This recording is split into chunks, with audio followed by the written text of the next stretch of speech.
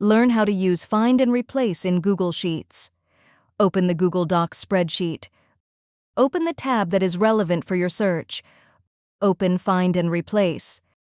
Click on the Edit tab in the drop-down menu. Scroll down to Find and Replace. You can also do the short key by pressing Ctrl+H or Ctrl+F on your keyboard.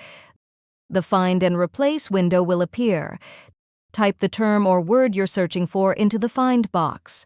Don't put anything in the Replace box unless that's the action you're wanting to perform. Click Find. The document is searched, and if the term or word is there, the first occurrence of it will appear. It will have a blue box around it in the spreadsheet. You can continue scrolling for more by clicking on Find again. It will jump to the next occurrence if there is one.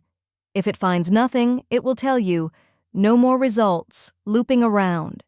When you're done, click Done at the bottom of the window to exit the Find and Replace window and go back to your spreadsheet.